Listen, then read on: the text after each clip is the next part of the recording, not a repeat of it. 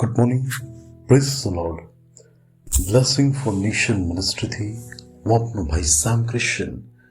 ઈશ્વર પિતાએ આજે આપણને આપેલા આજના એક નવા સુંદર દિવસે આપને પ્રભુ ઈસુ ખ્રિસ્તના નામમાં પ્રેમી સલામ પાઠવું છું.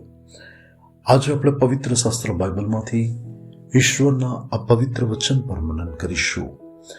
એફેસીઓને પત્ર તેનો 3 અધ્યાય તેની 20મી કલમ. ત્યાં શાસ્ત્રમાં પ્રભુના વચનમાં લખ્યું છે, હવે જે આપણામાં કાર્ય કરનાર સામર્થ્ય પ્રમાણે આપણે માંગીએ કે કલ્પીએ તે કરતા આપણા માટે પુષ્કળ કરી શકે છે. હિન્દી અનુવાદમાં લખ્યું છે, अब जो ऐसा सामर्थ्य है कि हमारी विनती और समझ से कहीं अधिक काम कर सकता है, वो सामर्थ्य के अनुसार जो हम में કાર્ય કરતા હૈ. ખ્રિસ્તમાં મારા વાલા ભાઈઓ અને બહેનો, મારા ને તમારા ઈશ્વર કે જે એલ શડાઈના એક નામથી ઓળખાય છે, જેના નામનો અર્થ એ થાય કે સર્વશક્તિમાન ઈશ્વર. અને એ ઈશ્વરે ઇબ્રાહીમને પોતાની ઓળખ જ્યારે આપી ત્યારે એ પરમેશ્વરે તેને વાયદો પણ આપ્યો કે હું તારામાંથી એક બહુ મોટી દેશ જાતિને ઉત્પન્ન કરીશ.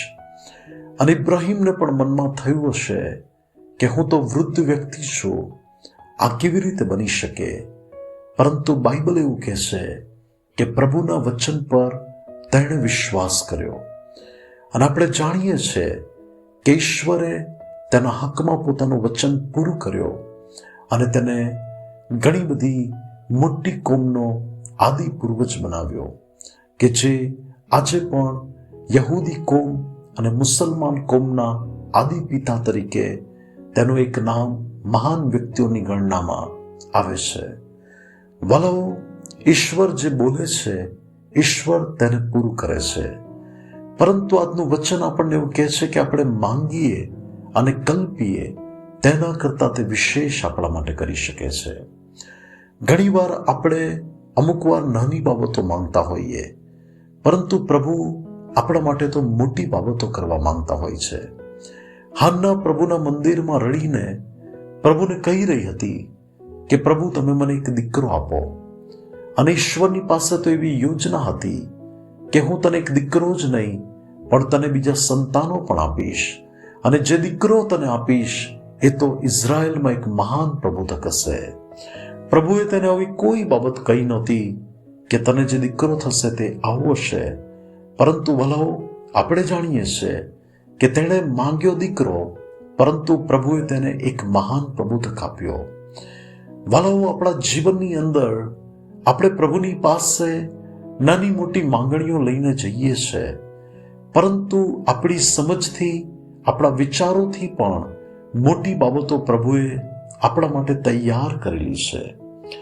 એક બેન પ્રભુની પાસે એક નોકરી માંગતા હતા કે મને આવી કોઈક નોકરી મળી જાય, પરંતુ ઈશ્વરે તેને આગળ જતા સેન્ટ્રલ ગવર્મેન્ટ, કેન્દ્ર સરકારની નોકરી પૂરી પાડી કે જ્યાં તેને એક સારામાં સારું વેતન અને સારી સગવડો મળે. અને વાલાઓ, આજે પણ એ જીવન પ્રભુને ધન્યવાદ આપે છે. તો આપણા જીવનની અંદર આપણે એ બાબતોને માટે એવું ના કહીએ કે પ્રભુ મારી પ્રાર્થના તમે કેમ નથી સાંભળતા, હું ફાસ્ટ કરું છું પણ મને તેનો જવાબ કેમ નથી મળતો, મારા જીવનમાં આ બાબતની અધૂરપ છે અને એમાં મને કોઈ પરિણામ નથી મળ્યું. પરંતુ એ વિશ્વાસ કરો કે તમે જે માંગ્યું ને કલ્પ્યું છે એના કરતાં વિશેષ પ્રભુ તમારા માટે કરવાના છે. તમે એ બાબતને માટે ધન્યવાદ આપો. અમે કદી પણ એવું નહોતું વિચાર્યું કે વ્યારા ખાતે ઈશ્વર અમને આવું પ્રભુ ભવન આપશે. અમે તો ક્યાંથી ક્યાં અલગ અલગ જગ્યાઓ પર સંગત કરતા હતા, પરંતુ પ્રભુએ અમે જેમની પાસે એક ભવન માંગતા હતા, પરંતુ ઈશ્વરે અમારા માંગ્યા અને કલ્પ્યા કરતા વિશેષ અમારા માટે કર્યું. એ જ સર્વશક્તિમાન પરમેશ્વર પ્રભુ ઈસુ ખ્રિસ્તના નામમાં તમારા જીવનમાં અદ્ભુત અને મહાન બાબતો કરશે. તમે તમારા જીવનની કોઈ પણ વ્યક્તિગત માંગણી હોય, તમારા પરિવારની કોઈક આવશ્યકતાની બાબત હોય, કે પછી તમારા જીવનમાં એવી કોઈ પણ પરિસ્થિતિઓમાં તમે જે પરિણામ જોવા માંગો છો એ બાબત હોય, વિશ્વાસ કરજો કે તમે ધાર્યું પણ નહીં હોય એના કરતાં પણ વિશેષ પ્રભુ તમને આવનાર સમયમાં ઉત્તમ પરિણામ આપવા જઈ રહ્યા છે. એ તમારા શોકને આનંદમાં બદલી નાખશે. એ તમારા વિલાપને નૃત્યમાં બદલી નાખશે. યુસુફે પણ કદી નહોતું વિચાર્યું કે જેલમાં ગયેલો હું વ્યક્તિ કે જેને ઈશ્વર ઇજિપ્તની અંદર એક રાજા બનાવશે.